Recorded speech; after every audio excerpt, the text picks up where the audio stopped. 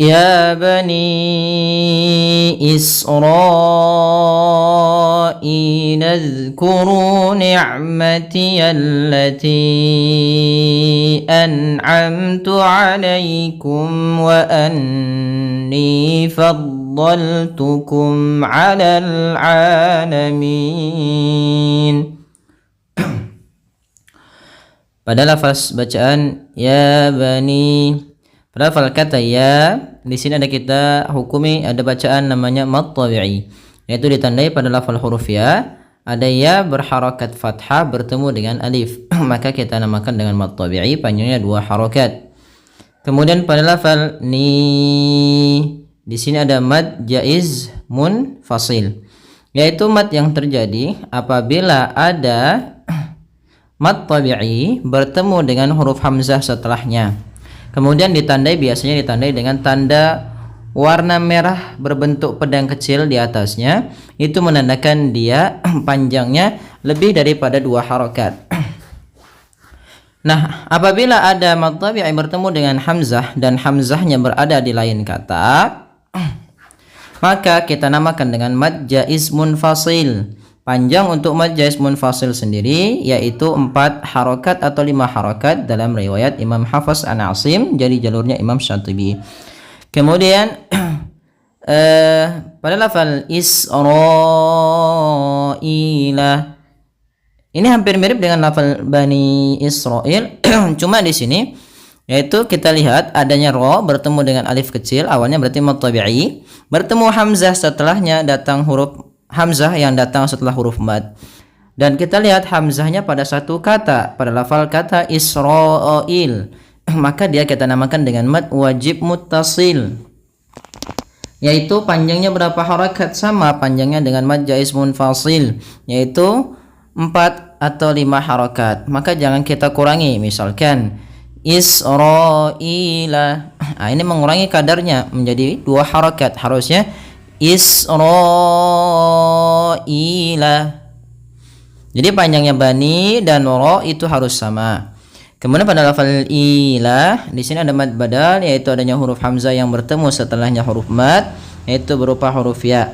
Panjang mad badal sendiri sama dengan mad tabi'i, yaitu 2 harakat.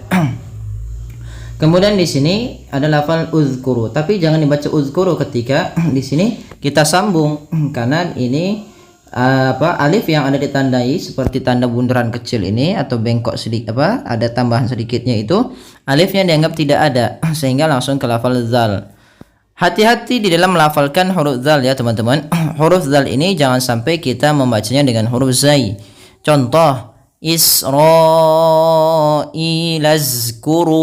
lazkuru, ini mengganti huruf zal dengan huruf zai, yang dimana huruf zal ujung lidah kita harus kita tempelkan dengan gigi sari atas agar kita menyempurnakan daripada makhraj huruf zal. Dan zal ini adalah sifatnya izlaq, bukan ismat. Dan izlaq izlaq itu lidahnya agak sedikit tergelincir karena dia di ujung lidah kita menempel dengan gigi sari tadi. Maka kita coba ulangi, ya bani Israil azkuru. Kemudian pada lafal ru ada mad tabi'i, yaitu ditandai dengan huruf ru yang berharakat dhammah bertemu dengan huruf waw, maka ini kita panjangkan sepanjang 2 harakat. Kemudian alif di sini ditandai warna abu-abu, dianggap tidak ada. Ni'mati allati an'amtu 'alaikum. Kemudian pada lafal ni', sifat huruf ain, yaitu ain memiliki sifat namanya bainiyah. Apa itu sifat bainiyah? Sifat bainiyah yaitu sifat huruf yang terkandung atau yang ada pada lafal huruf ain tidak boleh sifat bainiyah adalah sifat di antara sifat huruf syiddah dan rokhawah. Syiddah itu suara huruf ketika kita matikan dia tertahan. Kalau rokhawah itu sifatnya mengalir. Maka ain di tengah-tengahnya tidak ne. Hati-hati juga sampai dibaca dengan huruf hamzah ni gitu ya. Tapi dia iya. Maka ni'mati. Hati-hati jangan sampai masuk ke rongga hidung lafal ain ya. Ya, kalau kita lagi pilek biasanya mungkin agak masuk. Ya, tapi jangan sampai masuk ke rongga hidung huruf ain karena dia bukan daripada itu. Ni'mah, ni'mati allati. Kemudian pada lafal allati di sini ada alif lam, yaitu alif lam lazimah, atau bisa kita juga masukkan dengan alif lam syamsiyah, yaitu di mana huruf lamnya diidghamkan. Atau juga bisa kita kenal dengan idgham syamsiyah. Kemudian pada lafal ti an'amtu. Di sini ada bacaan berupa yaitu mad jaiz munfasil. Apa itu mad jaiz munfasil? Yaitu sama dengan mad yang tadi di awal pada lafal Bani Israil, yaitu adanya mad tabi'i bertemu dengan hamzah dan hamzahnya berada di lain kata. Maka dipanjangkan sepanjang 4 atau 5 harokat untuk lafal allati an'amtu. Jangan dikurangi, misalnya ni'mati allati an'amtu. Tidak boleh dikurangi, tapi dia dipanjangkan sepanjang 4 harokat baru dilepaskan. Kemudian pada lafal an'amtu, an'a. Pada lafal nun mati ini ada bacaan izhar, yang dimana ada nun mati bertemu dengan huruf ain, yang dimana suara nunnya harus kita jelaskan, tidak boleh. Nah, hati-hati, banyak sekali terjadi kesalahan, yaitu dia memantulkan suara nunnya. Contoh, an'amtu, an'amtu. Misalkan ni'mati allati an'amtu 'alaikum. Nah, ada yang terjadi seperti itu. Ini salah ya. Dia tidak boleh mantul suara nun. An'a, an'a. Terus bedakan yang kedua dengan ain, bukan an'amtu, tapi an'amtu. Kemudian pada lafal alaikum ada bacaan di sini, yaitu bacaan lin pada lafal laikum, ya. Adanya fathah bertemu dengan huruf ya mati. Kemudian ada pada lafal alaikum wa anni, ada mim mati bertemu dengan waw, maka ini kita namakan dengan idhar syafawi, sama sebagaimana tadi mim mati ketemu dengan ta. Wa anni faddaltukum. Lafal anni ada bacaan gunnah, yaitu pada lafal nun yang berharokat tasydid. Maka apabila kita mendapati di dalam bacaan Quran kita ada nun berharokat tasydid, maka ini kita namakan dengan bacaan gunnah. Kemudian ni sendiri ada lafal mad tabi'i atau bacaan mad tabi'i ditandai dengan huruf nun yang berharokat kasrah bertemu dengan ya. Kemudian faddaltukum, do ya sifatnya isti'la, kemudian juga dia istitalah. Faddo, faddo, faddaltukum 'alal 'alamin.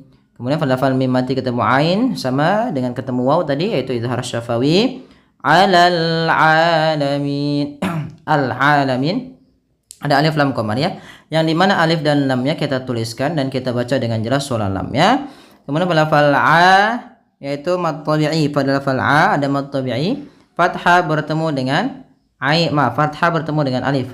Maka di sini kita panjangkan untuk a-nya 2 harakat dan hati-hati jangan sampai dibaca alal alamin diganti dengan huruf hamzah. Ini salah, sering terjadi kesalahan diganti dengan huruf hamzah.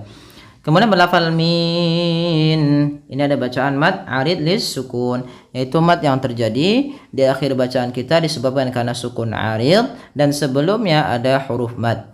Atau bisa kita mudahkan adanya mad tabi'i di akhir bacaan bertemu dengan sukun arid. Contoh awalnya kan dibaca al-alamina. Karena kita mati atau kita waqaf, huruf akhir biasanya dimatikan, menjadi di sini nunnya mati. Sebelumnya panjangnya 2 harakat. Nah, nanti kita hukumin dengan dia bacaannya namanya mad arid lis sukun. Panjangnya berapa? Boleh 2 harakat, boleh 4 harakat, dan boleh pula 6 harakat. Contoh alal alamin, al-alamin, atau al-alamin. Ya bani Israil azkuru ni'mati allati an'amtu 'alaikum wa anni faddaltukum